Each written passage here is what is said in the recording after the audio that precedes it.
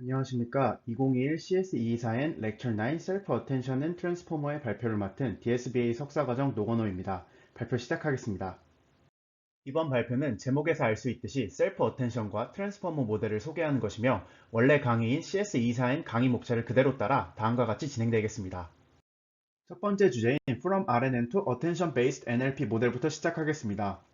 여기서는 먼저 RNN 모델의 구조적 한계점을 지적하고 대안으로 셀프 어텐션을 빌딩 블록으로 하여 새로운 NLP 모델을 만드는 과정에 대한 이야기를 합니다. 강의에서 지적하는 RNN 계열의 문제는 Linear Interaction Distance 문제와 병렬 연산 불가 문제로 두 문제 모두 RNN이 이전 히든 스테이트에서 퓨처 히든 스테이트 순서로만 연산이 이루어져야 하기 때문에 발생합니다. 먼저 Linear Interaction Distance 문제를 살펴보겠습니다. Long Distance Dependency 문제라고도 하는데요. 멀리 떨어져 있는 단어 사이에 상호작용이 어렵다는 것입니다. RNN 계열의 모델은 순서대로 연산이 진행되며 리니얼 로컬리티를 인코딩하기 때문에 가까이 있는 단어 사이의 상호작용은 원활히 반영됩니다. 그림처럼 붙어있는 테이스티와 피자 단어는 서로 쉽게 상호작용하며 월드 임베딩 결과에도 잘 반영됩니다. 이러한 방식은 일반적으로 가까운 단어가 의미에 큰 영향을 주기 때문에 어느 정도 유용하게 사용되어 왔습니다. 그러나 오른쪽 예시처럼 문장에서 멀리 떨어진 단어 사이의 디펜던시를 반영하기 어렵다는 문제가 있습니다. 보시면 The chef who was에서 셰프는 was의 주어 역할이지만 관계대명사 who를 사이에 두고 멀리 떨어져 있습니다. 이 두 단어가 서로 영향을 주고받기 위해선 who로부터 시작하는 관계대명사절의 시퀀스 랭스만큼의 연산이 이루어져야 하고 그 과정에서 그라디언트 문제 등으로 디펜던시 반영이 어려워집니다. 다음 문제점인 병렬 연산 불가 문제 역시 RNN이 순서대로 연산이 이루어져야 하기 때문에 발생합니다. 위 그림은 RNN 레이어가 두 개의 층일 때를 나타내는 것이며 각 스테이트 안의 숫자는 해당 스테이트가 연산되기까지 이루어져야 하는 최소 연산의 수입니다. 순서대로 연산이 되는 RNN의 특성상 이전 히든 스테이트가 연산되어야 다음 히든 스테이트가 연산될 수 있습니다.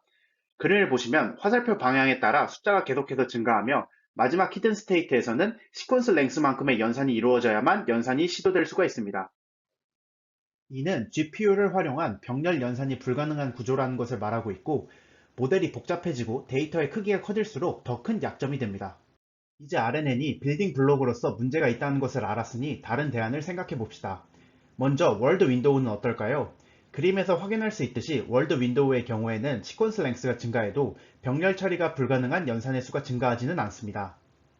임베딩 레이어에서 각각의 월드를 독립적으로 임베딩할 수 있고 그 위 윈도우 레이어에서도 아래 레이어에서 연산이 이루어지기만 하면 되기 때문에 필수 연산의 수는 각각 독립적으로 1씩만 증가하게 됩니다. 이는 윈도우 레이어가 여러 개 반복되어도 마찬가지입니다. 그러나 월드 윈도우의 경우 RNN의 다른 문제였던 Long Distance Dependency 문제를 해결하지 못합니다. 월드 윈도우는 붉은색으로 표시한 윈도우 사이즈만큼의 로컬 컨텍스트만을 통합합니다. 제일 위에 있는 레이어가 인코더의 아웃풋을 의미한다고 할 때 HK 아웃풋에는 H1이 반영되지 못하고 있습니다. 즉 멀리 있는 단어 사이에 상호작용이 어렵다는 의미입니다. 만약 레이어가 더 깊이 쌓여진다면 조금 더 멀리까지 반영할 수는 있겠지만 결국 구조상 한계점이 존재합니다. 그렇다면 빌딩 블록으로 어텐션을 사용한다면 어떨까요? 먼저 어텐션의 컨셉을 떠올려 보면 디코더에서 인코더로 주목해야 할 부분을 파악하는 방식이었습니다. 이번엔 한번 그 어텐션을 한 문장 안에서 고려해 보겠습니다. 1에서 라지 t까지의 스테이트가 순서대로 한 문장 안의 단어들이라고 생각하시면 됩니다. 그림에서는 생략한 것이나 어텐션의 원리에 맞게 모든 스테이트가 화살표로 연결된 것이라고 생각하시면 됩니다. 먼저 임베딩 레이어를 보면 각각 독립하게 연산이 가능하고 어텐션 레이어에서는 바로 이전 레이어만 완료되면 다음 레이어의 모든 시퀀스 스테이트가 계산이 가능합니다. 결과적으로 레이어 사이의 뎁스로는 병렬 연산이 불가능하지만 가로 시퀀스에 대해서는 병렬 연산이 가능하다는 것입니다. 더 많은 레이어가 추가되어도 연산의 수가 독립적으로 증가하기 때문에 병렬 연산을 유지할 수 있습니다. 또한 모든 스테이트가 어텐션으로 연결되어 있기 때문에 아무리 멀리 떨어진 단어라도 빅 O1 연산만으로 상호작용이 가능하게 됩니다. 이는 RNN에서 단어 사이의 시퀀스 랭스만큼의 연산이 필요했던 것에 비해 큰 발전입니다. 다시 정리하면 한 문장 안에서 어텐션을 계산하는 방법을 셀프 어텐션이라고 하며 셀프 어텐션은 시퀀셜 오퍼레이션, 맥시멈 패스 랭스 모두 O1 정도의 연산량으로 RNN의 약점을 모두 커버합니다. 즉 새로운 빌딩 블록으로서 적절하다고 판단할 수 있습니다. 논문에서는 셀프 어텐션이 단순히 트랜스포머나 이후에 배울 버트의 유닛 정도가 아니라 RNN이나 CNN처럼 하나의 새로운 학습 메커니즘이 될 수 있다고 말하고 있습니다. 때문에 바로 트랜스포머로 넘어가지 않고 지금부터 셀프 어텐션에 대해 조금 자세히 설명하겠습니다. 셀프 어텐션을 이해하기 위해선 쿼리키 밸류라는 새로운 벡터를 이해해야 합니다. 간단하게는 기존의 RNN 히든 스테이트 값을 용도에 따라 구분한 것이라고 생각하시면 됩니다. 강의의 내용이 약간 부족하다고 생각해 트랜스포머 설명으로 유명한 알라마의 내용을 가져왔습니다. 먼저 쿼리의 경우 내가 현재 보고 있는 단어의 레프레젠테이션으로 다른 단어를 평가하는 기준이라고 생각하시면 됩니다. 그 다음 키의 경우 현재 내가 들고 있는 쿼리와 관련이 있는 단어를 찾을 때 레이블처럼 활용되는 벡터입니다. 아래의 그림을 보시면 현재 it이라는 단어를 손에 들고 집중해야 할 부분을 키를 통해 탐구하고 있습니다. 오른쪽을 보면 키 부분이 퍼센트로 나타낸 것을 보실 수 있을 것입니다. 이는 쿼리와 키를 곱해서 소프트맥스를 거쳐 어텐션 스코어를 구한 것인데 이후 자세히 살펴보겠습니다. value는 쿼리와 키를 통해 탐색하여 실제로 사용할 값이라고 생각하시면 됩니다. 사실 이렇게 설명해도 잘 와닿지 않으실 텐데요. 이후에 식과 트랜스포머에서 활용되는 모습을 보면 감이 오실 겁니다. 이번에는 식으로 살펴보겠습니다. 좌측은 이번 주제인 셀프 어텐션의 계산 과정을 나타낸 것이고 우측은 기존의 어텐션을 나타낸 것입니다. 기본적인 셀프 어텐션에서는 쿼리키 밸류를 단순히 인풋 벡터인 x와 동일하게 정의합니다. 만약에 셀프 어텐션에서 쿼리키 밸류가 용도에 따라 구분한 것인데 그 구분을 생각하지 않고 모두 히든 스테이트 값이라고 생각한다면 기존의 어텐션과 동일한 식이라는 것을 확인할 수 있습니다. 우측의 S는 디코더의 히든 스테이트고 H는 인코더의 히든 스테이트인데 셀프 어텐션은 한 문장 안에서 이루어지기 때문에 SH 구분 없이 용도에 따라 벡터를 구분한 것입니다. 그러면 두 식이 완전 같다는 걸 다시 확인할 수 있을 겁니다. 예를 들어 셀프 어텐션을 A robot must obey the orders given it이라는 문장에 적용해 봅시다. it을 쿼리로 탐색한다면 그림에서처럼 의미상 관련이 깊은 어와 로봇의 높은 어텐션 스코어를 산출하는 것을 확인할 수 있습니다. 이후 그 어텐션 값들을 이용해 모든 월드의 밸류를 가중합하면 아웃풋으로서 it에 대한 새로운 리프레젠테이션을 얻는 것입니다. 이처럼 셀프 어텐션을 단어 임베딩 벡터에 어텐션을 반영하여 새롭게 재표현하는 함수라고 생각하시면 좀 더 이해가 되실 것입니다. 이제 드디어 셀프 어텐션이 무엇인지 알았습니다. 그렇다면 이제 단순히 셀프 어텐션을 쌓는 것으로 충분한 NLP 모델을 만들 수 있을까요? 그렇지 않습니다. 이대로 사용하기에는 세 가지 문제가 있다고 강의에서는 지적하고 있습니다. 먼저 순서 정보가 없다는 것과 선형 결합만 있다는 것, 또 미래 시퀀스 데이터를 활용 가능하다는 것인데 이제 하나하나 해결해 나가겠습니다. 현재 셀프 어텐션에는 병렬 처리로 동시에 처리가 가능한 만큼 순서에 대한 정보가 전혀 없습니다. 순서 정보가 없는 것은 셀프 어텐션이 각 시퀀스의 벡터들을 셋으로 취급하기 때문입니다. 앞서 보았던 쿼리키 밸류에는 인덱스 정보가 없었죠. 이를 해결하기 위해선 위치 정보를 포함하는 새로운 쿼리키 밸류를 만들어야 합니다. 먼저 위치 정보를 표현하는 포지션 벡터를 정의해야 합니다. t까지의 시퀀스가 있을 때 각각의 포지션 벡터를 pi로 정의하는 것입니다. 이제 기존의 쿼리키 밸류에 pi를 더해서 위치 정보를 포함하는 새로운 쿼리키 밸류를 얻는 것입니다. 이전에 쿼리키 밸류를 틸다 쿼리키 밸류라고 하며 새로운 쿼리키 밸류를 첫 번째 레이어에 넣게 되면 위치 정보를 포함한 채로 연산이 되는 것입니다. 단순히 더하는 것 외에 컨캐트 하는 것도 가능하나 강의에서는 대부분 더하는 방식을 사용한다고 소개하고 있습니다. 이러한 방식이 유효하기 위해선 위치 벡터 pi를 잘 결정해야겠죠. 이제부터는 트랜스포머 논문에서 소개하는 방식을 살펴보겠습니다. 논문에서는 사인 코사인을 조합한 사이노소이드를 포지션 벡터로 사용했습니다. 식은 다음과 같고 그를 시퀀스와 뎁스의 그래프로 나타내면 다음과 같습니다. 식이 복잡하고 그래프도 나눠야지만 결국 요점은 다른 인덱스일 때 다른 값을 가지는 벡터라는 것입니다. 즉 절대적인 위치마다 다른 값을 가지므로 쿼리키 밸류에 더해졌을 때도 위치 정보를 인베딩할 수 있게 되는 것입니다. 장점으로는 포지션 벡터의 목적이 절대적인 위치 비교가 아닌 상대적인 비교가 중요하기 때문에 어떤 이런 함수의 주기보다 인풋하는 시퀀스의 길이가 길어도 위치 정보를 잃지 않을 수 있다는 것이 있습니다. 또 단점으로는 식을 보시면 학습할 수 있는 파라미터가 전혀 보이지 않는데 이 방식이 학습이 불가능해서 데이터에 맞게 다른 위치 정보를 포함할 수 있도록 하지 못한다는 것을 단점으로 꼽고 있습니다. 좋은 위치 벡터인지 확인하는 간단한 방법은 두 지점이 멀수록 둘 사이의 거리가 큰지를 확인하는 것일 겁니다. 다음 그림은 강필성 교수님의 강의 자료에서 가져온 것으로 방금 전의 위치 벡터에서 두 지점 사이의 거리의 크기를 시각화한 것입니다. 완벽하지는 않지만 중앙에 자기 자신 사이의 거리가 0이고 중앙에서 멀어질수록 녹색의 큰 값을 가지는 경향을 보여줍니다. 사이노소이드 위치 벡터의 단점으로 학습이 불가능하다는 점을 꼽은 만큼 위치 벡터에 학습 가능한 파라미터를 포함하도록 만들 수도 있습니다. 학습이 가능한 위치 벡터 중 강의에서 언급한 대표적인 두 가지 방식의 성능표를 가져와 봤는데요. 가볍게 소개하자면 절대적인 위치가 아닌 상대적인 위치를 적용한 방식과 거기에 구조적인 정보까지 추가한 방식입니다. 표를 보면 두 방식 모두 번역 태스크에서 절대적인 위치 벡터보다 높은 성능을 보이고 있습니다. 이와 같은 학습 가능한 위치 벡터들의 장점은 역시 본인의 데이터에 맞게 학습이 될 수 있다는 것이고, 단점은 위치 벡터를 정의할 때 정해놓은 랭스 이상의 문장은 처리가 불가능하다는 것입니다. 강의에서는 최근엔 대부분의 시스템이 이 방식을 사용하고 있다고 소개하고 있습니다. 다음 문제는 셀프 어텐션이 단순한 가중학 형태의 선형 결합이기 때문에 NLP 모델로 작동하기 위해선 비선형 함수가 필요하다는 것입니다. 이는 단순히 각각의 어텐션 아웃풋 벡터에 피드 포워드 네트워크를 추가하는 것으로 해결이 가능합니다. 이때 피드 포워드 네트워크는 다음과 같이 제시되며 렐루를 비선형 함수로 활용하게 됩니다.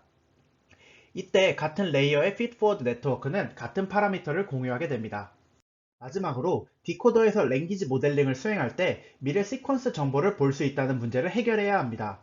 RNN의 경우 순서대로 연산이 이루어지기 때문에 별다른 처리가 없어도 미래 스테이트를 연산에 활용하지 않습니다. 그러나 셀프 어텐션의 경우 병렬 연산이 가능한 구조인 만큼 미래 단어를 예측하는 랭귀지 모델링에서도 미래 단어를 연산에 활용할 수 있습니다. 이는 말이 안 되는 것이기 때문에 추가적인 처리를 통해 해결합니다. 앞서 살펴본 셀프 어텐션 과정에서 쿼리 인덱스가 키 인덱스보다 클 때만 값을 계산하고 아닐 때는 마이너스 무한대를 대입하도록 합니다. 다시 말씀드리면 쿼리가 현재 손에 들고 탐색하는 단어이기 때문에 쿼리 인덱스보다 작은 키 인덱스가 앞선 단어를 의미합니다. 결과 오른쪽처럼 가려진 행렬을 얻게 되는데 이 과정을 마스킹이라고 합니다. 강의 자료에서는 대각 행렬도 마스킹하였으나 셀프 어텐션 본 논문을 살펴보면 자기 자신은 보이는 것이 맞습니다. 드디어 셀프 어텐션이 NLP 빌딩 블록으로 사용될 준비가 다 끝났습니다. 이제 트랜스포머 시작합니다. 먼저 트랜스포머 인코더와 디코더를 간략하게 나타낸 그림을 살펴보겠습니다. 기존 시퀀스 투 시퀀스 모델의 인코더 디코더 구조는 그대로 유지하면서 빌딩 블록이 트랜스포머로 변한 모습입니다. 조금 더 자세히 살펴보면 최초 논문에서는 6개의 인코더와 디코더를 사용하였으며 각각에는 오른쪽 그림과 같이 인코더에는 셀프 어텐션과 피드포워드 네트워크, 디코더에는 마스크드 셀프 어텐션과 인코더 디코더 셀프 어텐션, 피드포워드 네트워크로 이루어지는데 이는 이후에 자세히 살펴보겠습니다. 이제 트랜스포머에서 쿼리키 밸류가 계산이 되는 과정을 살펴보겠습니다. 기본적인 셀프 어텐션에서는 쿼리키 밸류가 단순히 인풋 벡터 x와 같은 값이었습니다. 그러나 트랜스포머에서는 학습하는 대상 라지 Q, 라지 K, 라지 V 행렬을 input embedding x와 곱하여 쿼리키 밸류를 얻게 됩니다. 여기서 행렬 라지 Q, 라지 K, 라지 V가 우리가 찾아야 하는 미지수입니다. 오른쪽은 이 과정을 그림으로 나타낸 것으로 보시는 것처럼 QKV 행렬을 인풋에 곱해 각각 쿼리키 밸류를 구하는 것입니다. 전체 과정을 행렬식으로 정리하면 다음과 같습니다. 먼저 인풋 벡터가 d 디멘션을 가질 때 그를 결합한 행렬을 x라 하고 행렬 x와 d by d 매트릭스 kqv를 닷 프로덕트 하여 쿼리키 밸류를 얻습니다.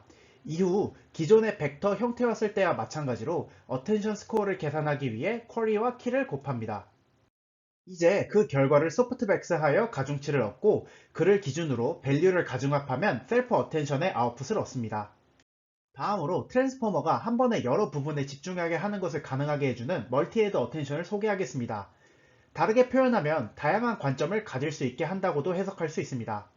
예시를 먼저 살펴보면 좌측이 싱글헤드이고 우측이 멀티헤드 어텐션을 보여줍니다. 우측은 다양한 색으로 각각 다른 집중도를 산출하는데 그를 결합해서 최종적인 셀프 어텐션 레프렌테이션을 얻습니다. 멀티헤드 어텐션은 앞서 설명한 셀프 어텐션의 연산을 여러 개의 헤드에서 수행하는 것으로 다양한 특징을 학습하도록 해줍니다. 다음은 구현 과정을 설명한 그림입니다. 헤드에서만큼 다른 웨이트 매트릭스를 통해서 쿼리키 밸류를 구하고 각각의 아웃풋을 산출합니다. 이후 그 결과를 컨캣하여 처음과 동일한 차원의 아웃풋을 구하는 것입니다. 과정을 조금 더 자세히 살펴보겠습니다. 그림과 같이 인풋 벡터 x가 있을 때 헤드의 수인 8개만큼 각각 쿼리키 밸류 행렬을 준비합니다. 이때 이 x를 각각의 행렬과 곱해서 각각의 쿼리키 밸류를 구하게 되고 그를 최종 셀프 어텐션 아웃풋까지 구하게 됩니다. 이때 이 8개의 셀프 어텐션 결과를 컨캣하여 하나의 결과를 만들고 그를 마지막 웨이트 매트릭스와 곱해서 최초의 인풋 벡터 x와 같은 차원의 최종 아웃풋을 얻게 되는 것입니다. 식으로 살펴보면 다음과 같은데 이때 주목할 부분은 이 퀄리티 밸류 행렬들이 d by h분의 d 차원이라는 것입니다. 이 덕분에 각 헤드의 결과를 이어붙이면 처음 인풋과 같은 d by d 차원의 최종 결과를 얻을 수 있는 것입니다. 여기서 많이 착각하게 되는 부분이 인풋 시퀀스의 경우도 퀄리티 밸류의 차원을 감소시켰듯이 헤드의 수만큼 나누어 각각의 조각을 각 헤드에 사용한다고 생각할 수 있는데 그렇지 않습니다. 모든 헤드에 대해서 전체 인풋 시퀀스가 사용되어 모두 사용되게 됩니다. 이 과정에 대한 자세한 설명이 연구실 김수빈 석사 과정의 트랜스포머 베이직 영상에 있으니 필요하신 분은 참고하시면 좋을 것 같습니다. 연산량의 측면에서도 그림에서 확인할 수 있듯이 결국 완전히 같은 양의 연산만으로 동시에 여러 부분에 집중할 수 있게 됩니다. 이제 트랜스포머의 구조적인 특징을 모두 살펴보았고 학습을 원활히 해주는 테크닉을 살펴보겠습니다. 레디주얼 커넥션은 레지넷에서 등장한 테크닉으로 그림에서처럼 자기 자신을 더해주는 꼴입니다. 강의에서는 이 과정을 통해 이전 i-1 스테이트와 얼마만큼 달라졌는지만을 학습한다고 해석하기도 했습니다. 만약 new fx는 old fx 플러스 x라고 표현할 때 계산 과정을 살펴보면 미분시 f'x 더하기 1이 됩니다. 만약 미분 결과값이 너무 작아 그라디언트의 전달이 원활하지 않은 경우에는 레지듀얼 커넥션을 통해 기울기에 1이 더해지는 꼴이 되어서 아주 적은 그레디언트라도 보존해주는 역할로도 해석할 수가 있습니다. 추가적으로 로스를 시각해 보았을 때 오른쪽 그림처럼 기울기를 스무딩 해주는 효과가 있어서 울퉁불퉁한 로컬 미니멈에 빠지지 않도록 해주는 효과 또한 낼 수 있습니다. 레디주얼 커넥션은 바로 레이어 노멀리제이션으로 이어지는데 레이어 노멀리제이션은 한 레이어에서 하나의 인풋 샘플 X에 대해 모든 피처에 대한 평균과 분산을 구해서 노멀리제이션 해주는 것입니다. 식은 다음과 같습니다. 이 과정은 그라디언트를 노멀라이즈 해주기 때문에 효과가 있다고 설명합니다. 우측의 그림은 레이어 노멀리제이션 과정을 조금 알기 쉽게 표현한 그림이 있어서 첨부하였습니다. 마지막으로 스케일링 더 닷 프로덕트를 소개하겠습니다. 디멘전이 커지면 벡터의 닷 프로덕트 결과도 커지는 경향이 있습니다. 식을 보면 결과적으로 소프트맥스의 값이 치중되는 결과를 낸다는 걸 확인할 수 있습니다. 우리가 트랜스포머에서 어텐션 스코어를 계산하는 과정을 생각해보면 소프트맥스의 값이 몰리는 것은 특정 단어에만 강하게 연결이 되고 나머지와는 연결이 끊어지는 효과로 생각해 볼 수 있을 겁니다. 즉 모든 시퀀스와의 그레디언트 전파가 잘 되도록 유지하기 위해선 닷 프로덕트의 결과가 너무 커지지 않도록 해줄 필요가 있는 것입니다. 첨부한 예시는 연구실 졸업생인 노영빈 석사가 유튜브에 올리신 내용을 가져온 것인데 붉은색의 값이 스케일드 되지 않을 때의 값이고 검은색이 스케일링을 한 경우입니다. 값을 보시면 검은색은 0.66일 때 붉은색은 0.91인 것처럼 값이 훨씬 스케일링을 통하면 값이 훨씬 분배된 것을 확인할 수 있습니다. 해석을 해보자면 어텐션 스코어를 좀 더 다양한 벡터들에게 분배시켜주는 효과라고 볼 수 있겠습니다. 이제 트랜스포머를 이해하기 위해 알아야 할 것을 모두 알았으니 전체 구조에서 자세히 따라가 보겠습니다. 먼저 인코더 부분입니다. 인풋 워드 임베딩이 들어오면 앞서 배운 대로 포지션 벡터를 더해 주어서 위치 정보를 포함한 새로운 벡터가 되어 멀티헤드 어텐션으로 들어가게 됩니다.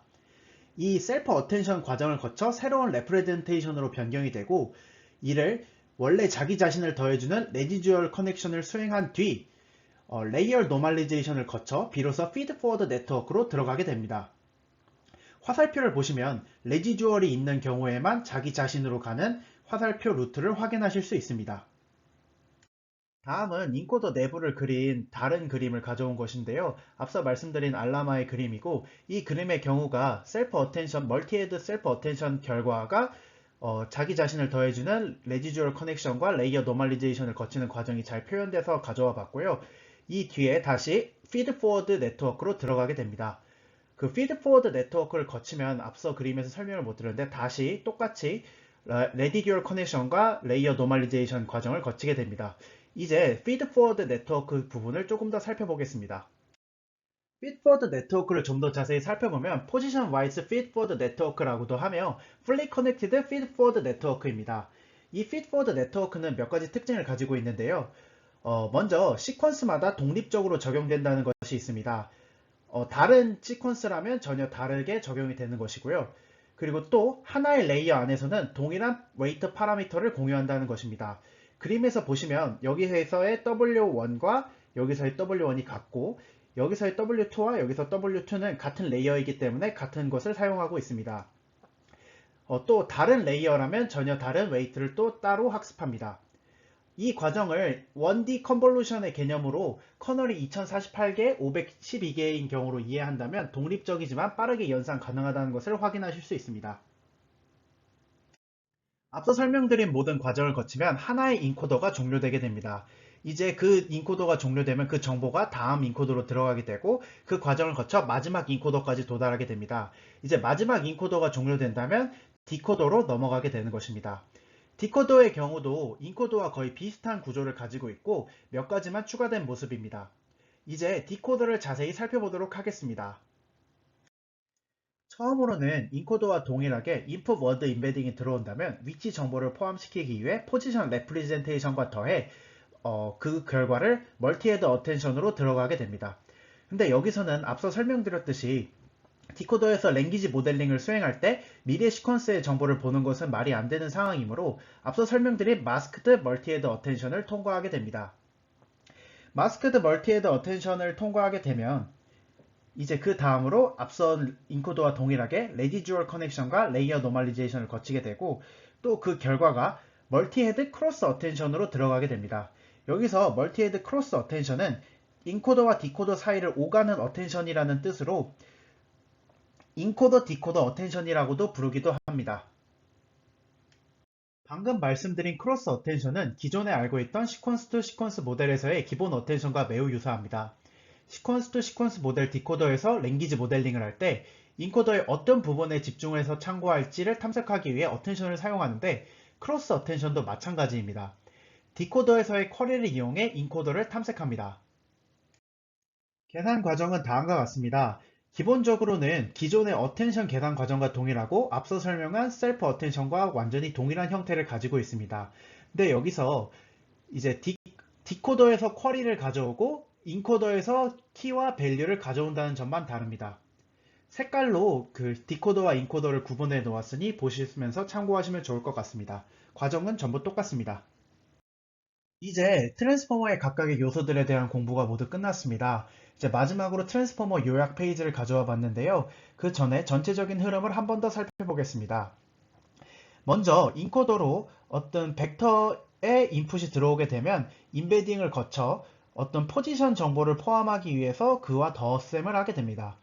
그렇게 얻은 새로운 인풋 벡터를 멀티헤드 어텐션으로 들어가게 되고 레디듀얼 커넥션과 레이어 노멀리제이션을 거쳐 피드 포워드 네트워크로 들어가게 됩니다. 이 결과 역시 레디듀얼 커넥션과 레이어 노멀리제이션을 거치는데요. 이 결과가 이제 다음 인코더나 만약 마지막 인코더라면 디코더로 넘어가게 되는 것입니다. 디코더의 경우도 마찬가지로 인풋이 들어오면 위치 정보를 포함한 새로운 벡터를 만들게 되고 그 결과가 미래 시퀀스를 볼 수 없도록 특별하게 처리된 마스크드 멀티헤드 어텐션을 들어가게 됩니다. 마찬가지로 레디듀얼 커넥션과 레이어 노멀리제이션을 거쳐 그 다음 크로스 멀티헤드 어텐션으로 들어가게 되고 이 크로스 헤드 어텐션은 앞서 완료된 인코더와 계속 통신을 하면서 어떤 어텐션 결과를 수행하게 됩니다. 그 결과가 마찬가지로 레디듀얼 커넥션, 레이어 노멀리제이션을 거치고 피드 포워드 네트워크를 거쳐 또다시 레디듀얼 커넥션, 레이어 노멀리제이션을 거쳐 그 다음 디코더로 넘어가게 되고 마지막 디코더라면 최종 아웃풋을 산출할 수 있게 되는 것입니다. 마지막으로 트랜스포머의 몇몇 가지 특징들을 다시 언급하면 시퀀스 투 시퀀스 모델이며 셀프 어텐션을 사용해서 다른 단어들로부터 힌트를 받아서 현재 단어를 새롭게 인코딩하고 위치 정보를 포함하기 위해서 포지셔널 벡터를 더해서 포지셔널 인코딩을 수행한 결과를 인풋으로 사용하며 인코더 디코더 구조를 가지고 각각의 인코더와 디코더는 동일한 개수를 사용합니다. 그리고 이 과정에서 멀티헤드 셀프 어텐션을 사용해서 다양한 관점으로 살펴볼 수 있도록 하고 각각 포지션 와이즈드 피드 포워드 네트워크를 거친다고 할 수 있습니다. 트랜스포머는 매우 성공적인 모델이었습니다. 특히 앞으로 나올 다양한 모델들의 베이스로 허용될 만큼 매우 뛰어난 성능을 보여주었는데요. 다양한 태스크에서 모두 높은 성능을 보이고 있었습니다. 먼저 머신 트랜슬레이션 분야에서 기존에 소타라고 여겨졌던 다양한 모델들보다 훨씬 높은 성능을 보이고 있습니다. 다큐멘트 제너레이션 태스크에서도 기존에 우리가 기본으로 베이스로 생각하고 있던 기준보다 훨씬 더 낮은 퍼플렉시티를 가지는 높은 성능을 보여주고 있습니다. 다음은 GLUE라는 아주 유명한 어그리게이트 벤치마크 순위를 가져온 것입니다. 좀 전에 트랜스포머가 앞으로 나올 더욱 강력한 최신 모델들의 베이스가 되었다고 말씀드렸는데 현재 GLUE의 탑 6개의 순서를 보면 전부 다 트랜스포머이거나 트랜스포머에서 파생된 모델들이라는 것을 확인할 수 있습니다. 이처럼 트랜스포머는 정말 아주 성공적인 모델입니다. 다음은 최근의 순위인데 역시나 트랜스포머 계열의 모델이 아주 높은 성능을 보이고 있습니다. 이렇게 뛰어난 성능을 보이는 트랜스포머에도 약점이 존재합니다. 일반적으로 트랜스포머의 단점으로 두 가지를 꼽는데 첫 번째로는 문장의 길이에 따라서 계산량이 2차로 증가한다는 것과 또 두 번째로 앞서 소개드린 포지셔널 리프레젠테이션의 개선의 여지가 있다는 것입니다. 먼저 첫 번째 문제인 시퀀스 랭스가 증가함에 따라 계산식이 2차로 증가한다는 것은 빅 O의 t제곱 d로 표현할 수 있습니다. 이를 예시를 들어 설명드리면 만약에 모델의 디멘션이 1000 정도로 고정되어 있다고 할 때 시퀀스 랭스의 길이가 30보다 짧은 문장의 경우는 t제곱도 900밖에 되지 않아서 연산에 문제가 없으나 만약에 문장이 아니라 다큐멘트 수준의 긴 글이 들어오게 된다면 만약 t가 만보다 크게 된다면 t제곱은 또 기하급수적으로 커져서 병렬 처리가 가능하다고 하더라도 컴퓨팅에 부담이 될 수밖에 없습니다. 다음 문제인 포지션 레프레젠테이션의 경우는 앞서 소개한 사이노소이드가 개선 여지가 많다는 것입니다. 먼저 논문에서 제시한 사이노소이드 같은 경우는 절대적인 위치를 표현하는 것이었고 또 그를 대체하여서 앞서도 이미 상대적인 위치로 학습 가능한 다양한 방법들이 제시되고 있고 이미 많은 모델이 그걸 사용하고 있다고 소개드렸었습니다. 이처럼 포지션 레프레젠테이션이 앞으로 더욱더 발전할 여지가 있다는 것을 두 번째 문제로 꼽고 있습니다. 문장의 길이에 따라 계산량이 2차로 증가한다는 문제 역시 다양한 연구와 해결책이 제시되고 있습니다. 강의에서 언급한 대안 두 가지를 소개하기 위해 가져와 봤는데요. 먼저 첫 번째로는 시퀀스 랭스의 차원을 낮춰 계산량을 줄이도록 시도한 린포머가 있습니다. 좌측 그림으로 프로젝션을 통해서 키와 밸류의 시퀀스 랭스 디멘션을 낮추는 것으로 계산량을 줄이도록 시도하였습니다. 두 번째로는 어텐션 계산을 모두 하는 것이 아니라 최적의 조합만큼만 계산하는 빅버드 방식이 소개되었습니다. 우측 그림으로 어텐션 계산을 수행할 때 이 전체를 계산하는 것이 아니라 대각인 윈도우, 본 그림과 같은 글로벌 형태, 또 랜덤 형태를 적절히 조합해서 빅버드 형태만큼만 계산을 하는 것으로 계산량을 줄이는 아이디어입니다. 관심 있는 분들은 추가로 공부해 보시면 좋겠습니다. 이렇게 해서 내용이 모두 종료되었습니다. CS24N 렉처 9의 순서에 따라서 셀프 어텐션과 트랜스포머에 대해서 공부해 보았습니다. 발표 들어주셔서 감사합니다.